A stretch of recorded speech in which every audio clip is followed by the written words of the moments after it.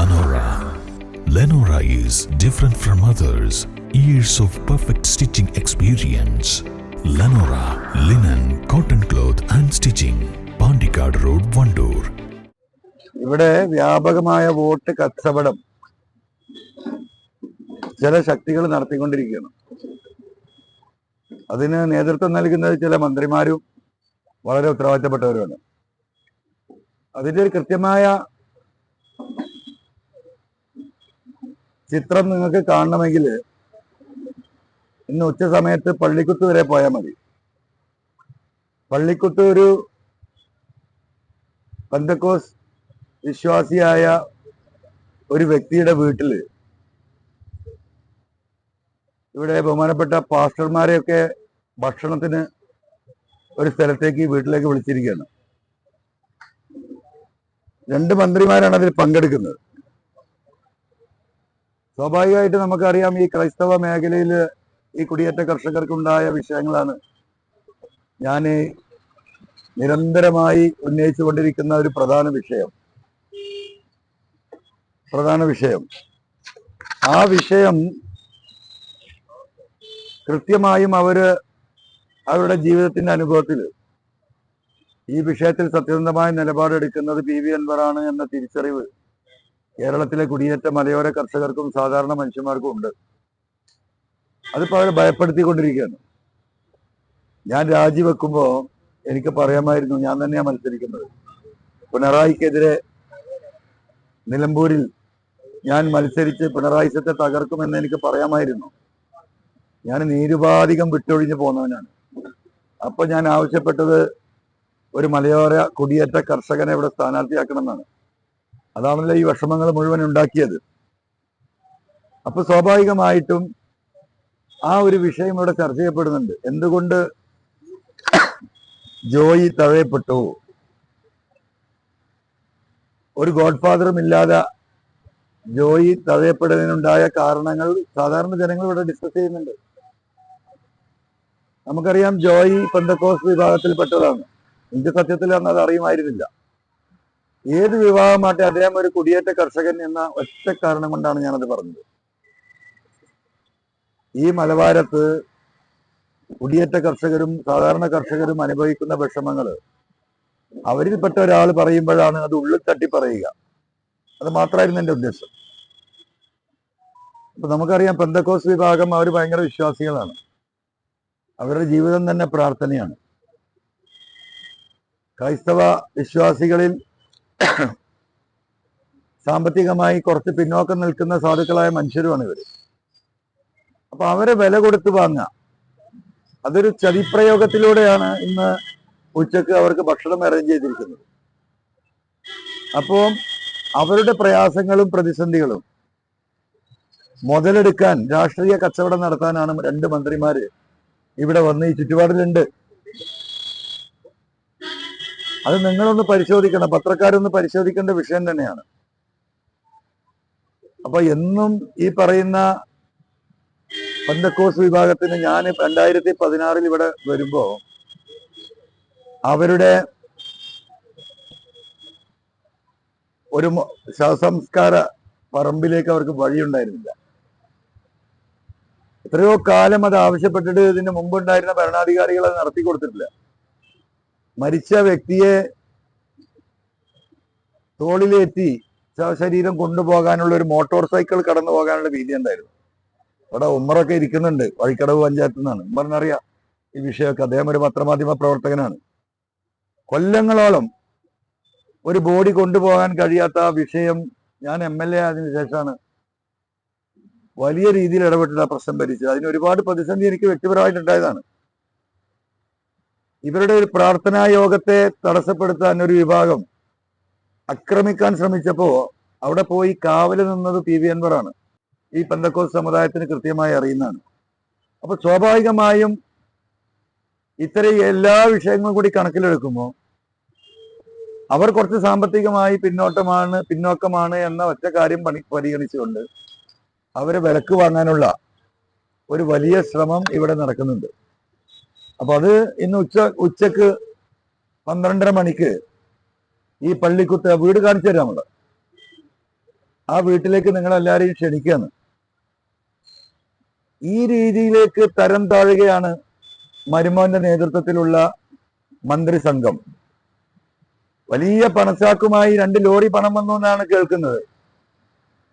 National highway ഒക്കെ 6 വരി ഉണ്ടാക്കി വളരെ വിദഗ്ധമായി ഒരു മുടക്കില്ലാതെ 16 വരിയാക്കി ജനങ്ങൾക്ക് റോഡിന്റെ വിസ്തൃതിയൊക്കെ വർദ്ധിപ്പിച്ചു കൊടുത്ത ഹൈലി ടെക്നിക്കൽ പേഴ്സണും കൂടിയാണല്ലോ പുള്ളി. കേരളം അത് കണ്ടുകൊണ്ടിരിക്കുകയാണ്.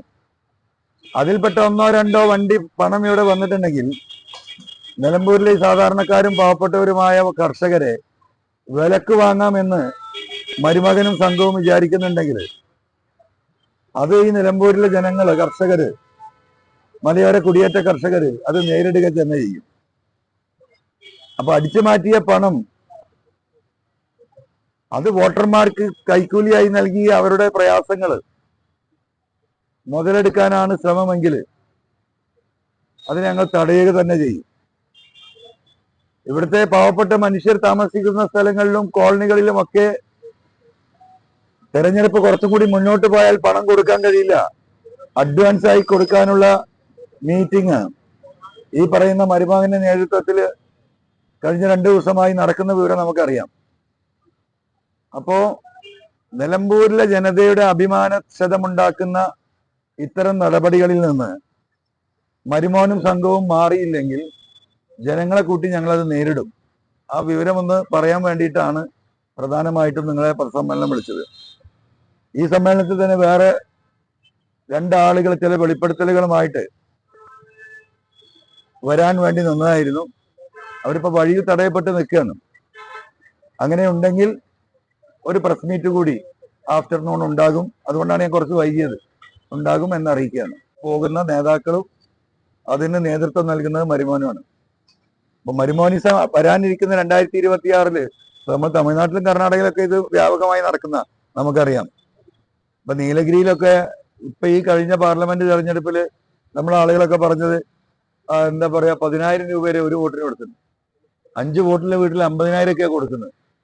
ആ നിലവാരത്തിലേക്ക് കേരളത്തെ ഉയർത്തിക്കൊണ്ടുവരുന്നുണ്ട്. വലിയ പുരോഗതി ഉണ്ടാവും ഇവിടെ. അതിനുള്ള കോടാനുകോടികൾ സംഭരിച്ചു വെച്ചിട്ടുണ്ട്. അതാണ് ഈ മസിൽ പവർ. ഇങ്ങനെ കാണിക്കുന്നുണ്ടല്ലോ. ഞങ്ങൾ ഈ 3ാമതും വരുമെന്ന് പറയുന്നത് കേരളത്തിലെ പാവപ്പെട്ടവരെ ഈ രീതിയിൽ പണം കൊടുത്ത് വാങ്ങാന്നുള്ള ഉദ്ദേശത്തിന്റെ ഒരു ട്രയൽ റൺ ആയിട്ട് നിലമ്പൂർ അവർ ഉപയോഗിക്കാൻ പറ്റുമെന്ന് നോക്കുകയാണ്. ആ ട്രയൽ റണ് നിലമ്പൂരിലെ സാധാരണക്കാരായ ജനങ്ങളെ എതിർത്ത് തോൽപ്പിക്കപ്പെടും. പിന്നെ എൻ്റെ അടുത്ത് ഇന്നലെ ഈ കാര്യം എന്ന് പറഞ്ഞവരോട് ഞാൻ പറഞ്ഞു, പൊതുവിൽ ഇങ്ങനെ പ്രയാസപ്പെടുന്ന ആളുകളെ പണം കൊടുക്കുന്നു. ഞാൻ പറഞ്ഞ അവരെ വാങ്ങിക്കോട്ടെ, അവരോടത് വാങ്ങാൻ പറയണം നിങ്ങൾ. കാരണം അവരെ പൈസയാണല്ലോ, സർക്കാരിന്റെ നമ്മൾ നികുതി കൊടുത്ത പണമാണല്ലോ. അല്ല അവൻ്റെ ഒന്നും വീട്ടിൽ നിന്ന് എടുത്തുകൊണ്ടിരുന്ന കാശല്ലല്ലോ. അത് വാങ്ങി ഒരാഴ്ചക്കില്ല അവരെ കാര്യം നടക്കെങ്കിൽ നടക്കട്ടെ. വോട്ട് അവർക്കറിയാം ആർക്കാ ചെയ്യേണ്ടതെന്നുള്ളത്. ഒഴിവാക്കി കളയണ്ട എന്നാണ് ഞാൻ പറഞ്ഞത്. സത്യത്തിൽ അതാണ് ഇതിന്റെ വസ്തുത. മരുമാൻ നയിക്കുമ്പോൾ മരുമാന്റെ കൂടെ ആരുണ്ടാവുന്നുള്ളതൊക്കെ ഏകദേശം നിങ്ങൾക്ക് അറിയാലോ.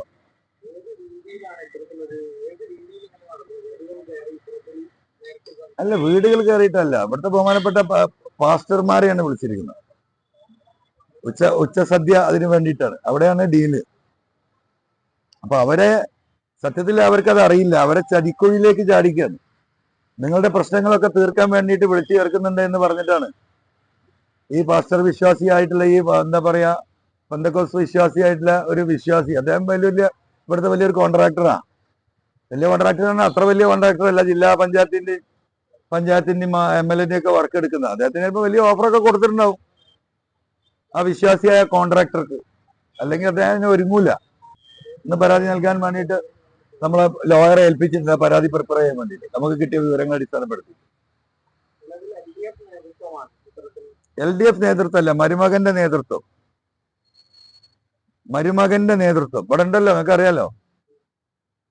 ഇന്നലെയൊക്കെ ഹൃദയം പൊട്ടി പറയുന്ന നിങ്ങൾ കേൾക്കുന്നുണ്ടല്ലോ. 6 മാസം മുമ്പ് ഇതേപോലെ ഒരു വ്യക്തിയെ തൊട്ടടുത്ത് ഷോക്കേറ്റ് മരിച്ച ഒരാളും തിരിഞ്ഞു നോക്കിയിട്ടില്ല. 5 പൈസ കൊടുത്തിട്ടില്ല. ചെറിയ പയ്യനാണ് ഇന്നലെ മരിച്ചത്. 25 ലക്ഷം രൂപയെങ്കിലും ഏറ്റവും ചുരുങ്ങിയത് നഷ്ടപരിഹാരം കൊടുക്കണം. ഈ വന്ന ഒരുത്തനെ അതിനെ കുറിച്ച് സംസാരിച്ചിട്ടില്ലല്ലോ. നമ്മൾ ഇന്നലെ തന്നെ മുഖ്യമന്ത്രിക്ക് കത്തയച്ചിട്ടുണ്ട് 25 ലക്ഷം നഷ്ടപരിഹാരം കൊടുക്കണം എന്ന് പറഞ്ഞിട്ട്. മുമ്പ് മരിച്ചു പോയാലും തിരിഞ്ഞു നോക്കിയിട്ടില്ല, അങ്ങോട്ട് പോയിട്ടില്ല, അന്വേഷിച്ചിട്ടില്ല. ഇപ്പൊ ഇവിടെ ഈ മുതലക്കണ്ണീര് ഒരുക്കുന്ന ഈ പ്രാദേശികമായ നേതാക്കന്മാരുണ്ടല്ലോ, അവരാരെങ്കിലും പോയി നോക്കിയിട്ടുണ്ടോ? അല്ലല്ലോ. അപ്പൊ ഇത് മുഴുവൻ കണ്ണിൽ പൊടിയിടുകയും ആളുകളെ വഞ്ചിക്കുകയും ചെയ്യുന്ന വഞ്ചനാത്മകമായ രാഷ്ട്രീയം. അതാണ് പിണറായി ഇവിടെ പ്രാക്ടീസ് ചെയ്തുകൊണ്ടിരിക്കുന്നത്.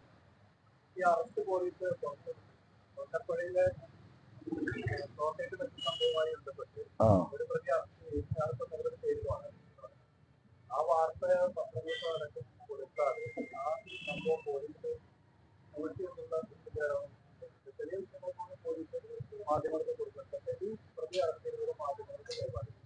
അല്ല, ആ പ്രതിയെ പോലീസ് അറസ്റ്റ് ചെയ്തിട്ട്, അതായത് കരണ്ട് വെച്ച് ഈ അപകടം സംഭവിക്കാൻ കാരണക്കാരനായ വ്യക്തിയെ പോലീസ് അറസ്റ്റ് ചെയ്തിട്ട് ഒരാളും കാണുകയോ അതിന്റെ ഒരു വ്യക്തമായ കാര്യങ്ങള് പത്രക്കാരോടോ ഉത്തരവാദിത്തപ്പെട്ടവരോടോ അവർ പറയാൻ തയ്യാറായിട്ടില്ല.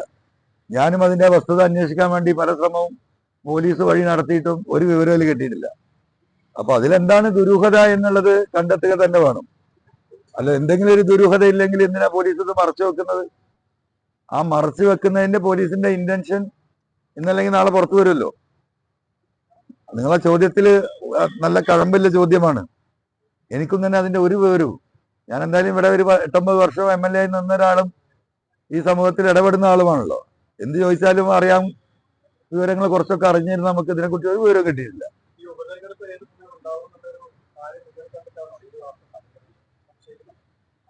സോറി,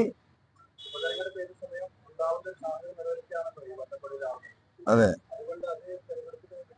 അല്ല, തെരഞ്ഞെടുപ്പിൽ അത് വിഷയമാണല്ലോ. കാരണം എത്ര തവണ ഇവര് പരാതി കൊടുത്തിട്ടുണ്ട്. ആ പരാതി ഒന്നും ഈ പറയുന്ന പോലീസോ ഈ പറയുന്ന ഇലക്ട്രിസിറ്റിയോ പരിഗണിച്ചിട്ടില്ല. നിങ്ങൾ കേട്ടല്ലോ അവിടുത്തെ ചെറുപ്പക്കാർ പറയുന്നത്.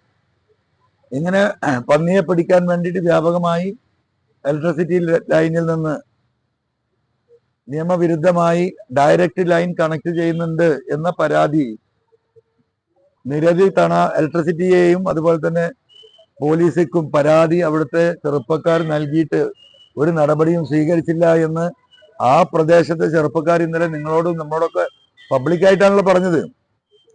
അപ്പൊ ആരാണ് ഇതിന് പ്രോത്സാഹിപ്പിക്കുന്നത്? ഈ ഇറച്ചി കച്ചവടത്തിന് പിന്നിൽ വേറെ ആരെങ്കിലും ഉണ്ടോ നോക്കണം.